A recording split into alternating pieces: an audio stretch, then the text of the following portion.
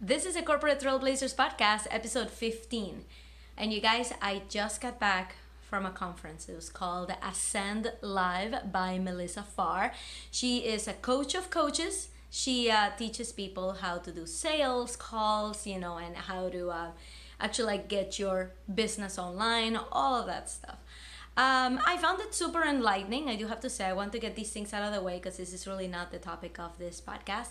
In this episode, we're actually going to talk about what do you do at a conference. And I decided to name this episode "How to Find Your Business Soulmate at a Conference" because I have to tell you that I've had a lot of it's like post-traumatic stress at conferences. And if you have been following me on Instagram, I just posted a whole bunch of really sad stories of me at conferences, and some were not sad, some were like actually dramatic. Like I almost got fired one time for asking a question to Jeff Immelt, who was the CEO of GE at the time. I almost got fired for asking him a question at a conference. Also at a conference, I got approached by a CEO, major player. CEO wanted to mentor me only to have his HR director take it back. And all of these things make sense now, but they didn't then because I was doing networking wrong. So I know that in the last episode, or in my last live, I told you guys some stories about that, right? And how that's really not the way to network, to try to become friends with the big wigs. That's really not how you do it. So, I thought I had this down. I'm going to tell you all the things that you can do wrong at a conference so that I can come back and tell you all the things that I did right at this one. Well, I went to the conference and to my surprise, all of my insecurities came flooding back. So dealing with that, I'm like, if I'm suffering from this, I am sure other people are. So really, I want to focus this episode on talking to you a little bit about those insecurities that I felt and how I managed to get over them. And I really hope that these tools help you if you ever go to a conference again. If you find yourself in the same situation, you can use some of these tools for that. And so that's gonna be like part one, is going to tell you a couple of stories, a couple of things that happened and how I handle them, in hopes that it will help you, whenever you go to conferences. And the second thing that I wanted to tell you is why we go to conferences and why we network and why that's important. Why does that matter, right? You feel like you can just do all of your work in your corner and, crank out all that work. But why do you need to network? Network just sounds like so fluffy. It's just fluff, right? It's not fluff. It has an immediate and direct impact into your success in whatever you do in your career or as an entrepreneur. So that's what I want to talk to you about today. All right, so it's going to be divided into those two parts: my stories and then like, why are we doing this? All right, so why don't we get started after this? And this is where the music comes in. Welcome to the Corporate Trailblazers podcast. If you're a corporate trailblazer with a secret life as an entrepreneur, welcome home. I'm your host, Ina Coveney. Podcast begins now. I think that's what the intro says. I like it. I think it's stuck in my head.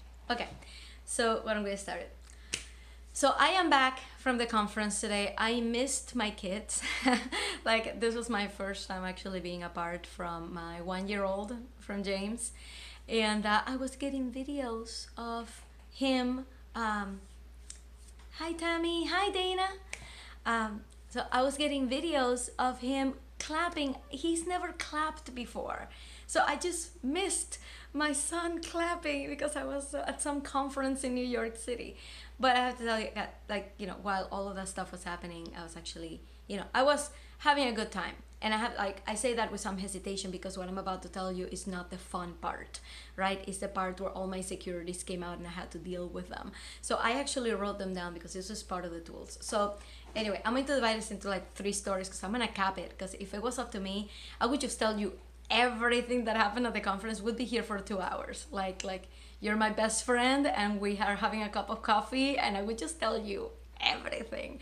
But we don't have that kind of time, all right? But if you have any questions, send me a message. You know how to find me on Facebook. I'm the only Ina Coveney on Facebook. If you spell it right, EY at the end. And yeah, you can also send me an email if you're on my mailing list, just to reply to one of your emails, and that gets directly to me. So let me tell you what happened, the important things. And I have them written down so that I don't forget. I have 3 things that I wanted to tell you.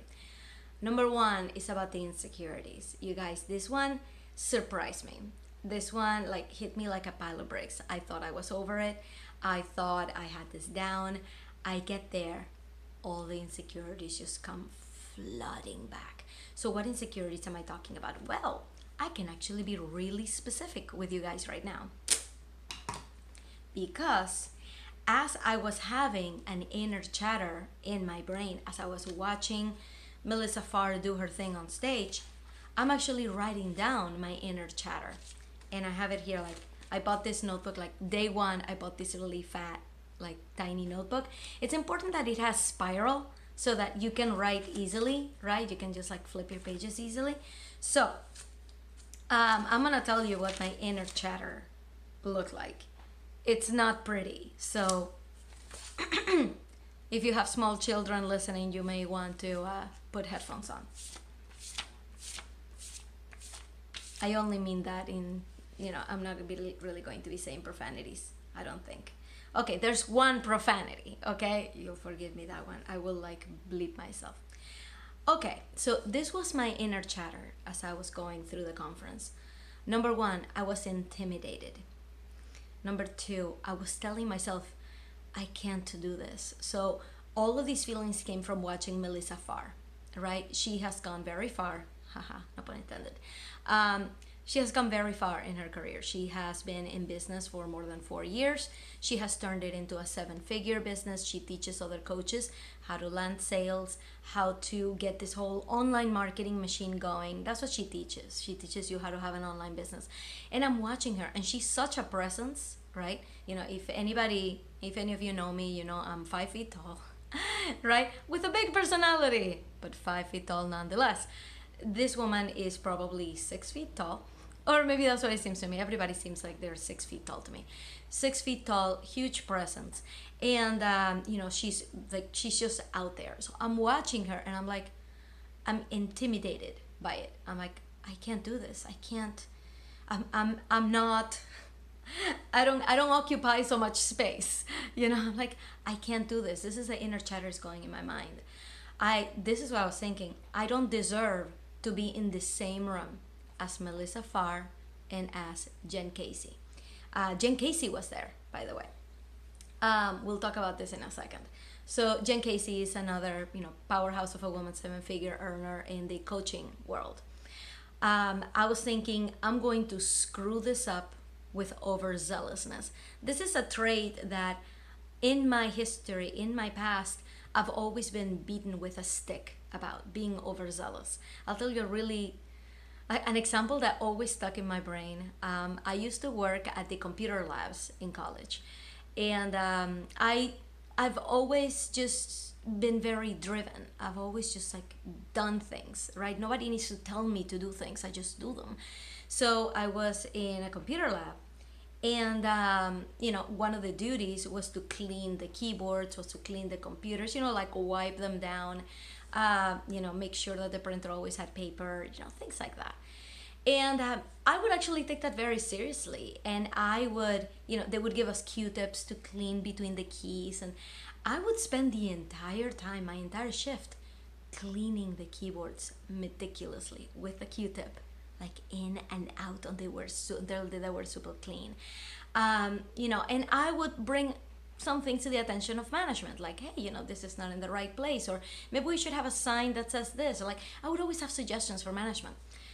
So the management staff told my immediate manager to tell me, Ina, you need to tone it down. And I'm like, what do you mean? Like, you need to tone it down. You're a little bit too overzealous. And I'm like, overzealous? What does that mean? You're paying me to do a job. I'm doing it well, aren't I? Like, what is your problem? So at the time, I was like, I don't understand why I'm being given this feedback. And through my career, I just kept hearing the same thing over and over again. You're a little bit too much. You're a little bit too much. You're being overzealous. And to tell you the truth, guys, part of me believes that's sexism. Part of me believes that, women are meant to, or are, based on our popular culture, women are supposed to be soft and sweet and motherly and ladylike, and we're supposed to be a certain way. And if we aren't, we are a little bit too much blank, a little bit too much overzealous, a little bit too much bossy, right? If we don't fit the perfect stereotype of what a pleasant woman is, we start to get labeled with things. And my label was always overzealous. So I grew up in my corporate career thinking that's a bad thing, right? I need to tone it down. I need to be more like everybody else. I need to be more quiet in meetings. Then later on I realized, I'm like, okay, these people just don't know how to handle a strong woman, basically. Because what I was doing was not wrong. What I was doing was helpful. What I was doing is going the extra mile. And guess what? These are things that are going to serve me in my life, in my new career as an entrepreneur, right? And if you are still in your job, being overzealous, it just means that you're a kick-ass person. It just means that you're really going the distance when nobody else is trying to, when everybody else is just sticking to their job, sticking to their desk. You are the one that is going the extra mile, and that kind of drive is what is going to help you and serve you in the long run. And Tammy says, I'm the same way.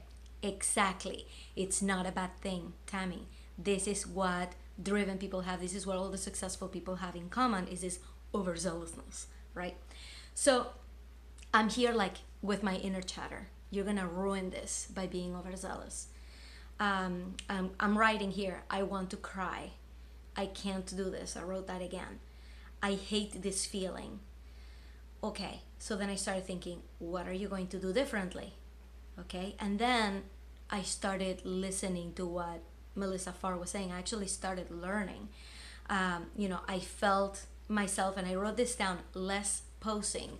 There were times when I was sitting there and I felt like because people were watching me, I needed to look a certain way. And I swear to you, I was posing, like posing for a photo. Like I was looking at Melissa, but I wasn't actually listening. I wasn't actually learning. I was posing. I was looking at myself, making sure that I look good, that I look strong, that I'm like, it's exhausting to have all of these pressures of an entire room looking at you, and you feel like you need to meet those expectations. So writing down the inner chatter, this is one of the tools that I wanted to bring to you. It's not just writing the inner chatter. If you notice, there's another column, and I'm gonna tell you what that is. Let me finish telling you what I was writing here. So I said, okay, what are you gonna do differently? So then I started listening and learning and posing less. Other inner chatter. Stop raising your hand. You are annoying. So, okay, this is one of those things that you notice at a conference, that especially if it's a small room, and in this case there were about 80 people in the room, if I got that number right. And when you raise your hand and you're called for something, that's probably going to be the only chance you get to actually speak at the conference. And the reason is that they want to make sure they get to everyone. So this is, I guess it's just kind of like a tangent tip. If you're at a conference that is that small, make sure that you save your question for something that you really, really want an answer to, and not just to stand out. Because I was in this mode of like, I must stand out, people are watching me, I need to say something. The first opportunity I found, I raised my hand and I contributed. And I'm gonna say my contribution was not good. I give good contributions. That's not the problem. But I found myself later on actually having legit questions, and my hand was not going to be called on because I had already participated. So that's something to think about.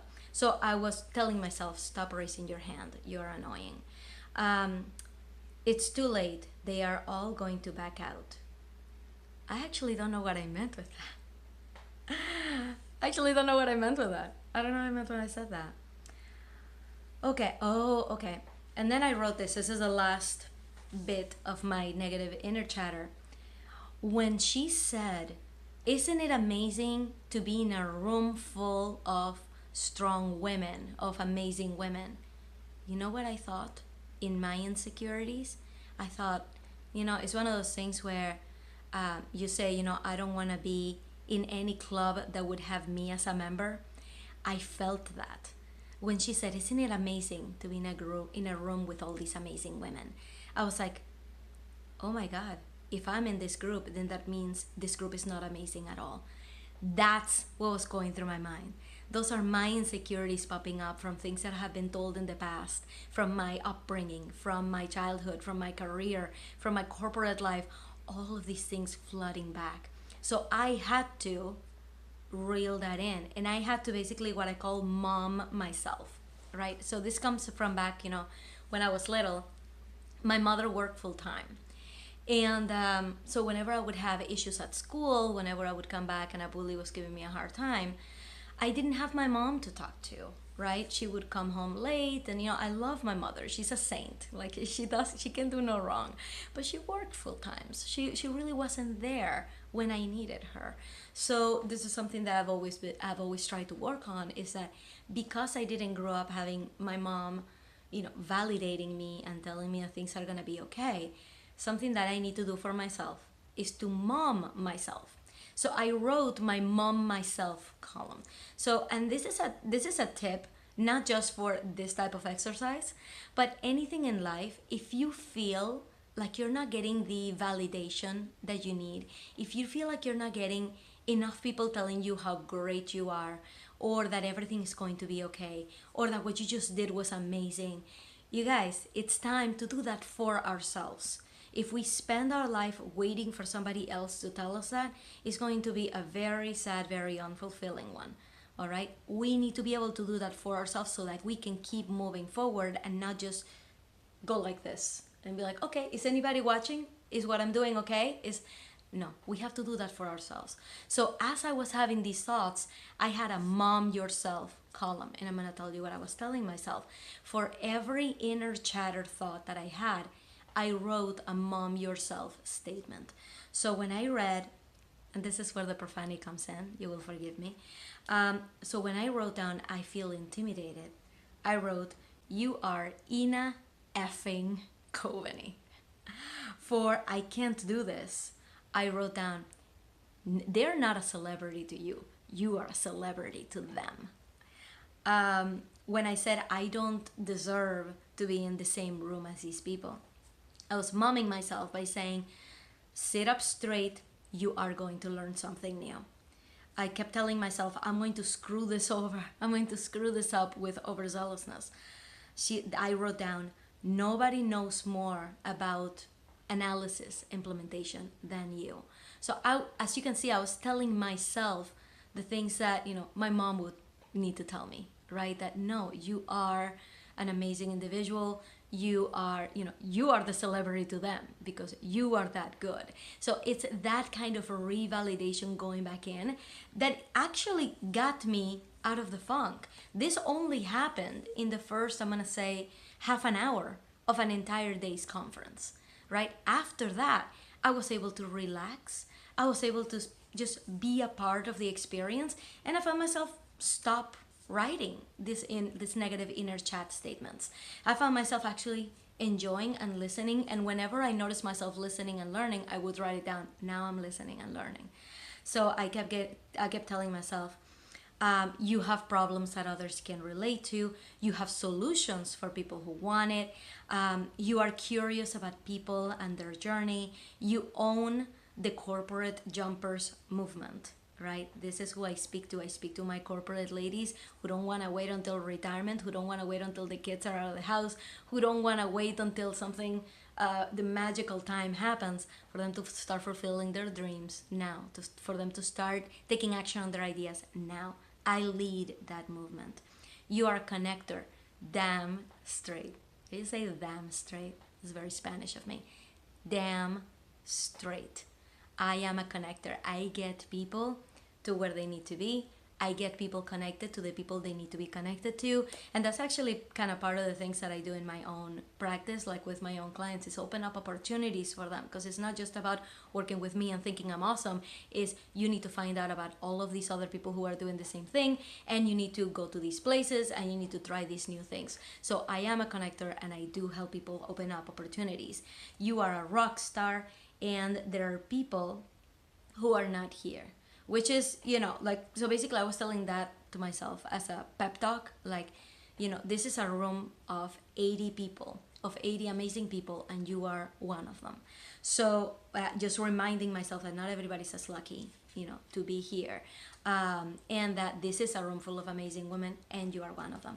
So I wanted to give you that tool because it is definitely, it's definitely overwhelming to be in a room where you're being told you are great if you don't feel that yourself, 50% of the time, right? So I really hope that this technique that, I was actively using this, it really helped me relax. It really helped me feel much better. And then, I started up on day 2, inner chatter and mom yourself, and it started working. So I don't need outside validation. I could do that for myself. So I really hope that helps. That was story number 1 that I wanted to tell, because I wanted to get the elephant out of the room. Those were the feelings I was having during the conference. I ended up having a wonderful time.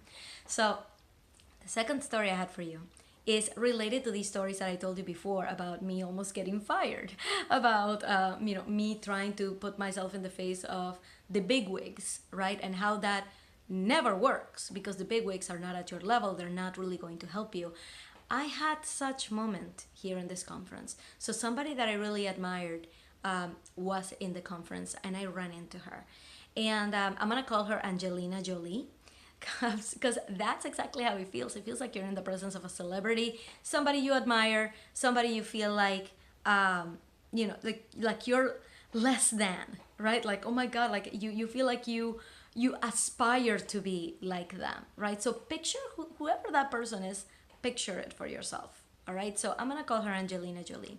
Ran into Angelina Jolie. I immediately told her, I can't believe you're here. Like I am, my name is Ina, and I follow you, and I think I started stumbling. I'm like super giddy. She was very sweet. She gave me a huge smile, like, oh, thank you. This never happens. And I did notice that not a lot of people approach her, so maybe people didn't know who she was, but I did. So I'm gonna tell you something.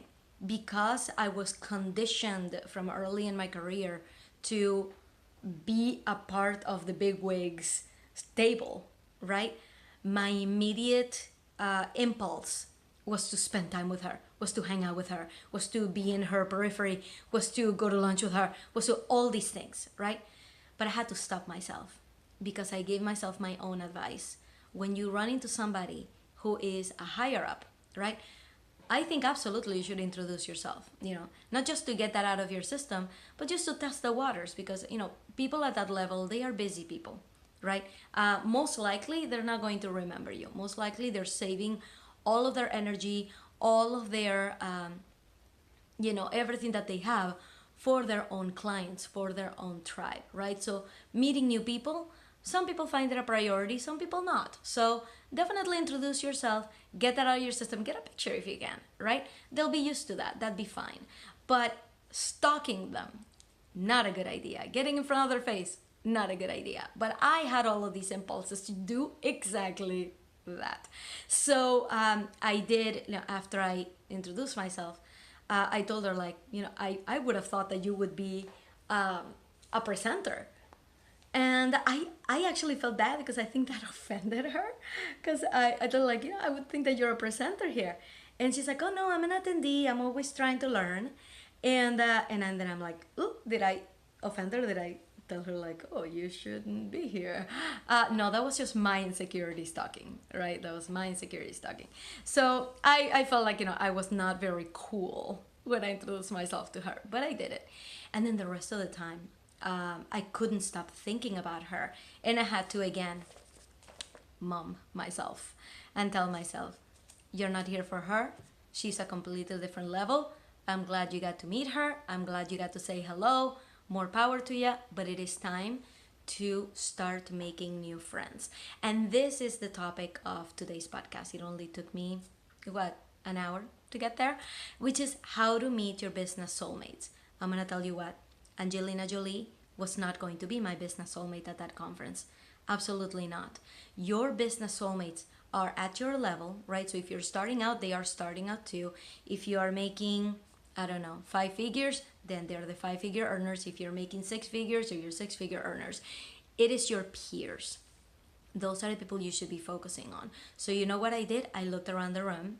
I saw, who looks like I would get along with them, right? Like at this stage, I don't really have anything to go off of, right? I could, I guess, interview every single one of them and find out, what their personalities are like. But all I had to go off of was how they were participating in the conference, were they engaged, what they were saying about their business. That's all I had to go by. So I scanned the room and I would find people. I'm like, I may want to, get to know that person a little better. So you know what I did? I went up to them. I didn't wait for an invitation. I just went up to them. I said, hey, you guys having lunch? Can I tag along? And that served me really well. I ended up meeting a whole bunch of really cool people who were at my level or maybe a little bit higher. I was a little bit aspirational. And we got to talking. And by the end, we were best of friends. And this is what I would encourage you to do at conferences. It's, get to meet the bigwigs because it's fun. Right? Because you were there with Angelina Jolie, definitely introduce yourself to Angelina Jolie. Do not chase Angelina Jolie. Leave Angelina Jolie alone, all right? And focus on other friendships, because I'm going to tell you something. And this is going to segue a little bit into part 2, which is why we network, all right? If you notice, if you've been following people in the online world, you will notice that there are certain cliques. All right. And it, like I said, like you need to pay keen attention. Who is promoting who online? Who's talking about their friend so-and-so online? Those are your cliques. And you don't join cliques. Cliques are already formed. You form your own cliques. And how do you do that? This way, by creating friendships, genuine friendships. You're not out to find clients. You're not out to find, somebody that you can help with your services. That's not what you're looking for. You are purely looking for affinity. You're looking for somebody who's going to relate to you. You relate to them. Somebody you would want to hang out with. Somebody you want to go and have dinner with. Those are going to be the beginnings, like the budding moments of your own clique. And your clique will start to take shape in the following way. I met a few people this conference, and it was literally, guys, me tagging along, me self-inviting myself to their lunch, to their dinner, I'm not the kind of person to just sit in my chair and wait for people to approach me. That is not the way that you, quote unquote, win at these conferences. The way you win is by getting to meet as many people who are like-minded as you as much as possible. So I would watch a group that was forming to go out to lunch.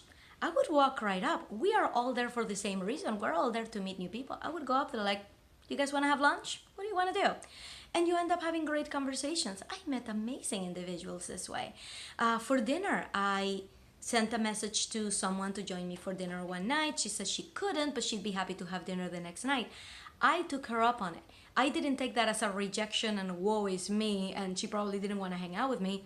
I took her up on it the next night. So I texted her in the evening. I'm like, hey, just let me know where you are and I'll meet you there. She said, we're walking across the Brooklyn Bridge. It's really packed. And I said, okay, I'm hopping on a train, meeting you on the Manhattan side. So I did. They were very, very kind. They waited for me. This is the kind of people you want to hang out with. People who are not going to be dismissive. People who are looking to make the same kind of partnerships as you are. They waited for me on the other side. We found an awesome place. I took them to the World Trade Center Memorial to take a look at it. And we had an amazing time. And I posted some of that on my Instagram stories. So big shout out to @ReneeRising. She is on Instagram and she's an amazing coach. And Kristen Crawford. She coaches pageant contestants. How cool is that? Now, she and I are probably not going to be doing a lot of business together.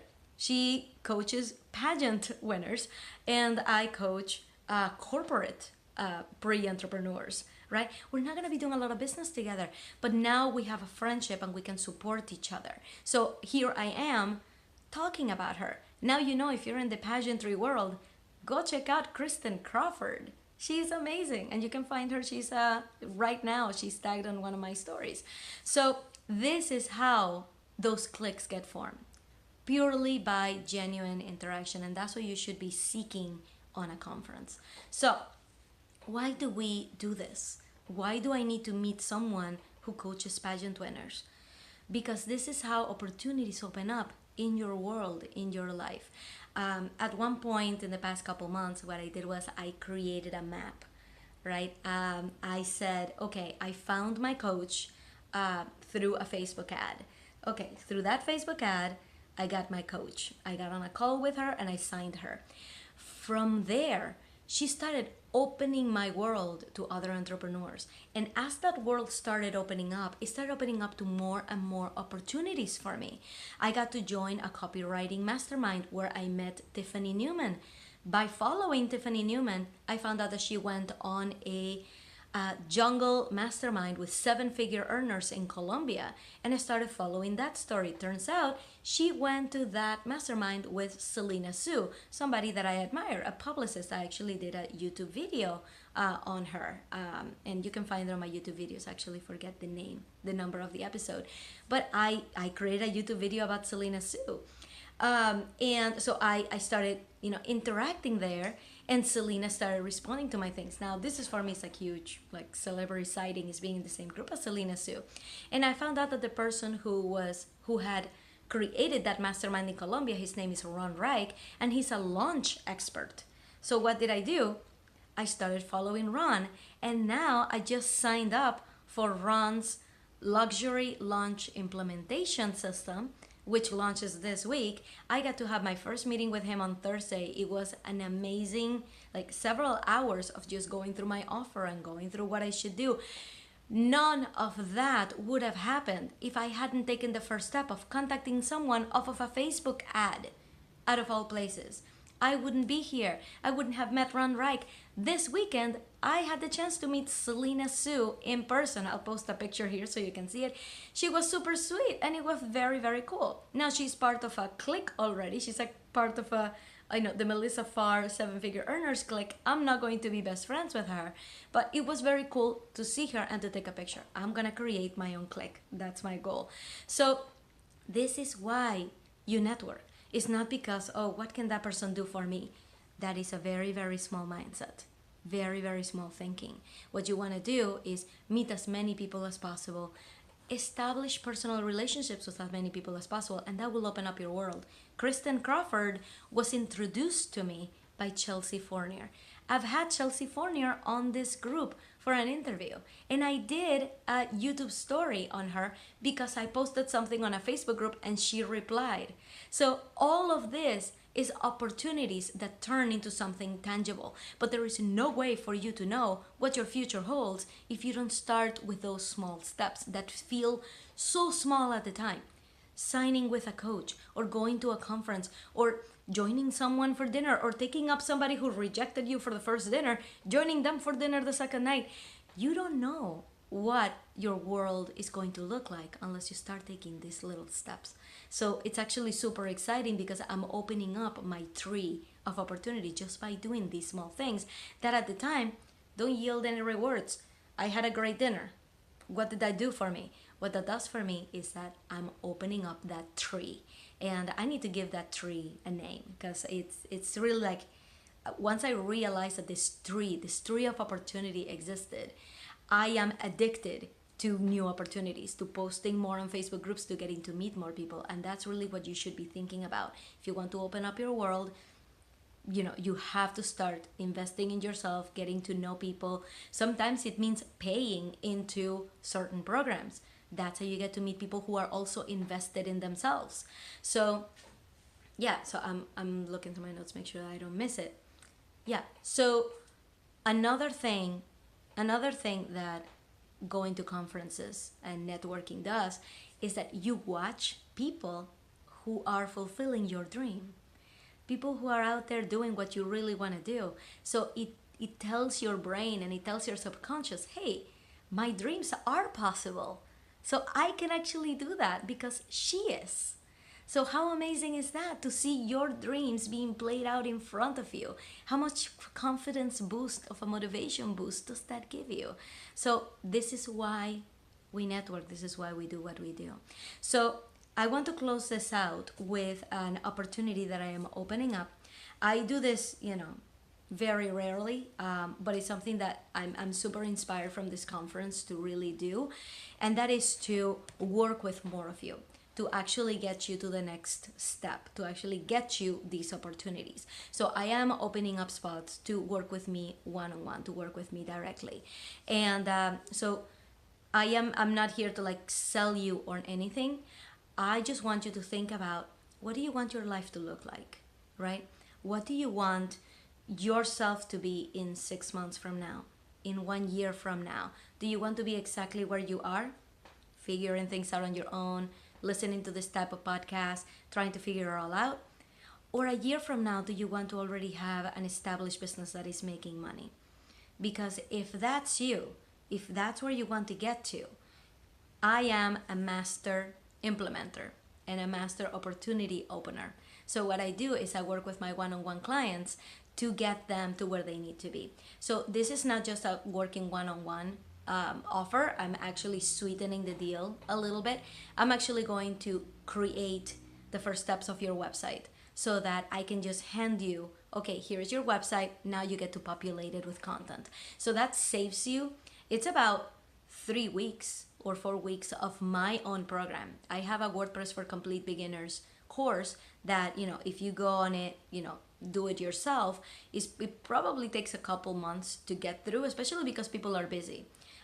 Really, if you were to sit down and actually do it, you could probably finish it in a week and a half, or 2 weeks. But because people are busy, because you have a job, because you have other things to do, usually these things take time. So you can totally sign up for my WordPress for Complete Beginners course. It may take you a few months to actually get through it and to get your website live. But I'm going to sweeten the deal. Working with me means I am just going to start your website and I'm going to hand it to you so you can populate it with the content. How does that sound?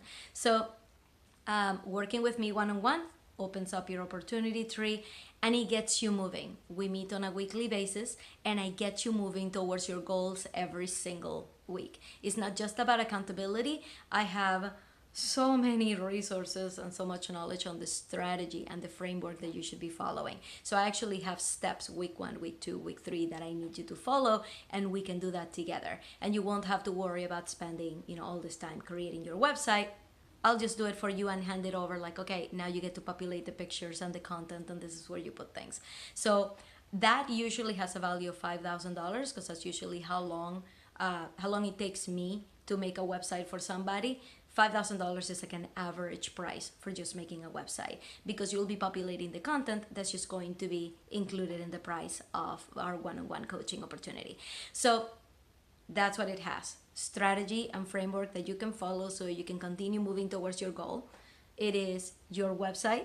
I'm going to show you how to customize it, right? Because I'm not going to build the entire thing, because you get to own your website, you get to own your content. I'm going to give it to you with the domain name ready for you to log in and just start populating your pages. Super easy. So that will be on you, but the rest is on me. And lastly, you do get access to my WordPress for Complete Beginners course. So if you do want to dive into WordPress and you do want to just go and learn everything there is to know, that is a lifelong skill, to know how a website works. And I show you all of that in my WordPress for Complete Beginners course. I also have a mini branding course to guide you through creating your colors, through figuring out the personality of your brand. You get access to all of that by working with me one-on-one. So if all of that sounds interesting to you and you're actually ready to start fulfilling those dreams for yourself, you don't want to wait until the kids are out of the house. You don't want to wait until, well, I'm busy right now, when am I going to do it? There's never going to be a right time. Life is it only gets busier and busier. I always say, like, I'm so glad that I got my MBA while I was in my 20s, because there's no way that I'll be going back to school now when I have the kids and the house and the business and the job and like all of that stuff. So if you're trying to find the right time, chances are there's never going to be a perfect time. But if you want to really like get on the phone with me, let's talk about it. Let's see exactly what we can do. So click on the link that is in the description of this video. If you're watching live, I'm gonna add the link right after this. But if you're not, if you're watching this after, just click on the link. So if you click on that link, it will take you to my calendar. Book yourself a spot.